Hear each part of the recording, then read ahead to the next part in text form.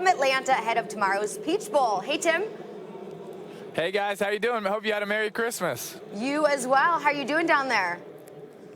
It's wonderful. We're ready for an exciting game Saturday afternoon. Absolutely. Well, let's get right into things. The undefeated LSU Tigers, they are currently favored by 2 touchdowns against Jalen Hurts in Oklahoma. So what can the Sooners do to pull off the upset?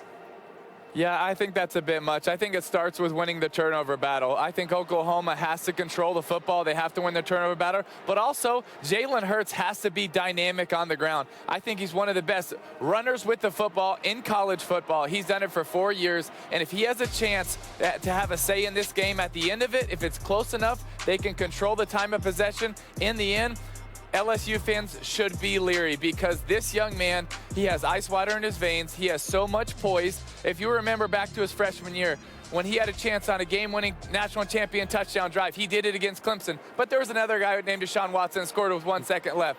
Then against Georgia in the fourth quarter, he didn't play all year. But he comes in at the end, and when Tua gets hurt and he makes all those plays, if he has a shot at the end, Oklahoma will have a chance because this young man is special. They just need to keep it close till the fourth quarter. Well, Jalen Hurts is certainly special, but he has seen a decline in whether it's his throws or using his legs. Does he need to get back to his ways from the beginning of the season if they hope to come out with a victory in this game?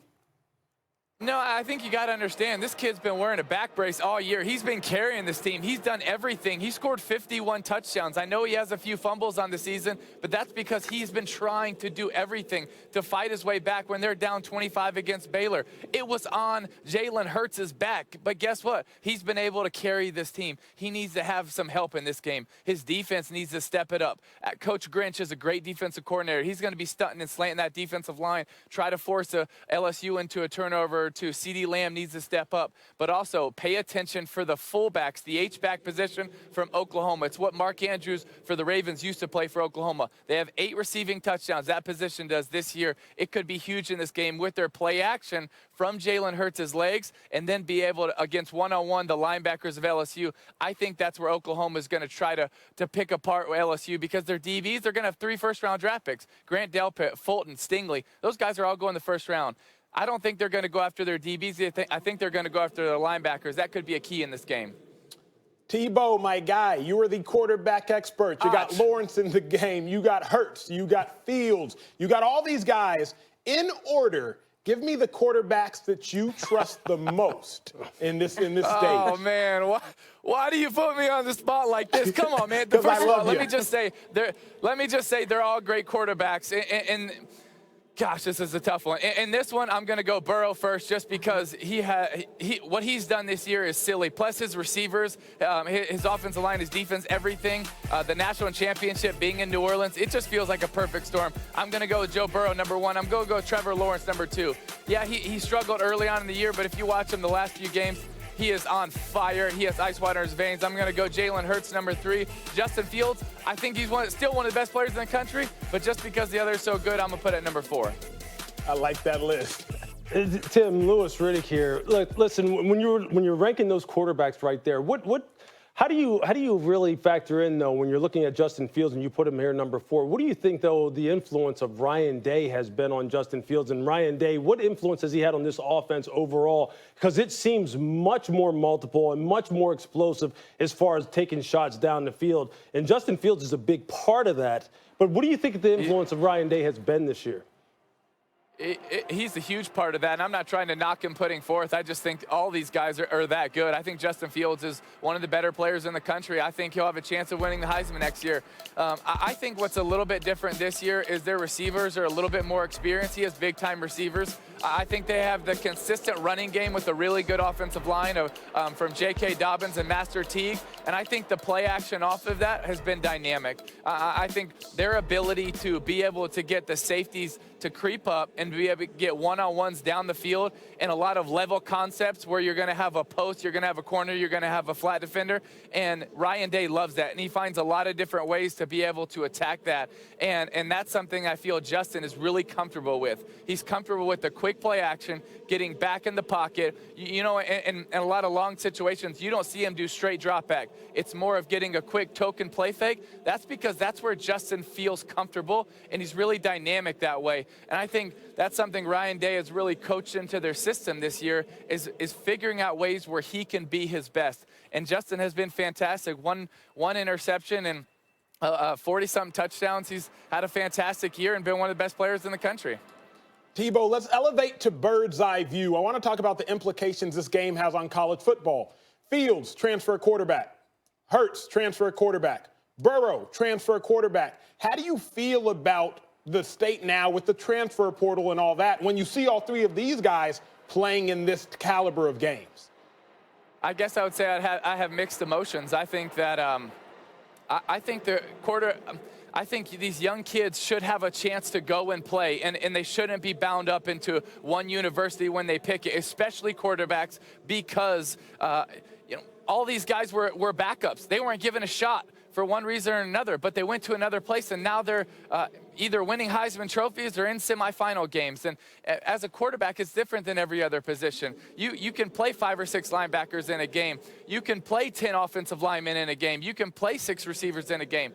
For the most part, unless you're running a unique system, you play one quarterback.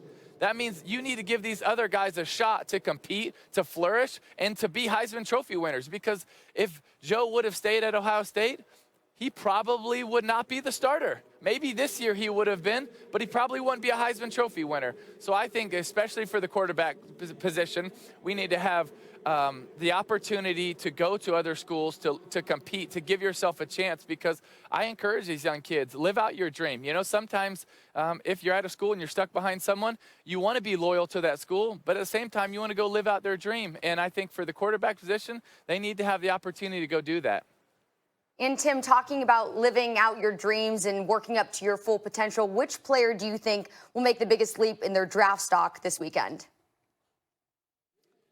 Oh, goodness. I think Joe already has done that. I think, if we talk about this year, I think it was Joe. I think this weekend, I think Jalen Hurts has a chance to show some people. I think a lot of people kind of wrote him off. They said, he's not the same passer that Tua is, and rightfully so. But Tua is one of the best passers college football has ever seen. So it's not necessarily fair to say Jalen can't play at the next level. I think what he's done this year, the way he's learned from Dan Enos last year at Alabama and now this year under Lincoln Riley, I think he's gonna push himself up where he's gonna be given a chance to be a quarterback at the next level, and I don't think that came before. Yeah, Tim, you're down there at the Chick-fil-A Peach Bowl, and I'm going to be doing the megacast for that football game, and I'm sitting there, I'm watching the tape of these two teams play, right? And I'm watching LSU's offense. And you talk about level passing game concepts, all right, as far as what Ohio State likes to do. LSU will absolutely rip you doing the same thing, and Joe Burrow has just ripped people doing that. And I'm sitting there going, okay, how do I give Oklahoma a good chance to win this game on the defensive side of the ball? How do you gauge the prospects of Oklahoma being able to stay competitive in this game, especially on the defensive side, where their best safety, their best pass rusher, not playing in this football game? How do you see them being able to win this football game, regardless of whether or not Jalen Hurts plays his best game? No, it's a really good point. Yeah, Lewis, that's a really good point. I think we aren't talking enough about Delarian Turner-Yell, their strong safety. He's all over the place, and he just broke his collarbone last week, and nobody's really mentioned it. We're talking about the 3 guys suspended, but that dude is one of the best players on their team and one of the best safeties in the league. He's all over the place, just flying around. I think they're going to really miss him. I think one guy for Oklahoma that has to step up is their outside linebacker / defensive end, number 35, Nick Bonita.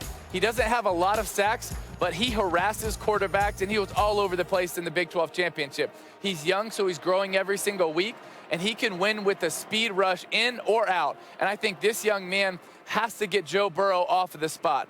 And then I think Alex Grinch, I think he's got to design some new things. The last 6 games LSU's faced, the defense came up with a totally new game plan than they showed all year. The last 6 games. So Joe and company, they know they're going to face something new from Coach Grinch, but it has to be something that is going to give this defense a chance to, maybe it's too sky, maybe it's too cloud, where they're going to be able to force him to throw it into tight coverage and get an interception. And then all the stunning from this defensive line, maybe you can get a sack fumble, a strip fumble early on in the game. I think this defense needs to be aggressive and force the issue, because if not, LSU is going to force the issue down the field with what you said, Lewis, with the 3-level passing game, and it's going to torch him if you don't get to Joe Burrow fast. All right, Tim, finally, one quick thing. Who do you predict will be playing in the championship game on January 13th in New Orleans? I'm going to go LSU here. I think they're going to be able to last a little bit longer. I think Oklahoma's going to make plays. I think just Joe Burrow and company, these receivers, will be too much at the end. And then I'm going to go with Clemson in a close one. I think people don't realize how good Brent Venables is as the defensive coordinator. I think he's one of the best in the country. He was the defensive coordinator at Oklahoma, and we faced him in the national championship game. He had an amazing game plan that kind of threw us off and threw me off till the second half. Last year in the national championship, totally threw Tua for a loop. I think he's going to bring a lot of pressure. I think they're going to play a lot of zero hold. They're going to bring their safeties up. They're going to do a lot of unique things against Justin Fields in Ohio State, and I think that it's going to give them a very, very close win over a very good Ohio State team. All right, Tim, well, thank you so much. We got Sooners-Tigers tomorrow, 4 p.m. on ESPN.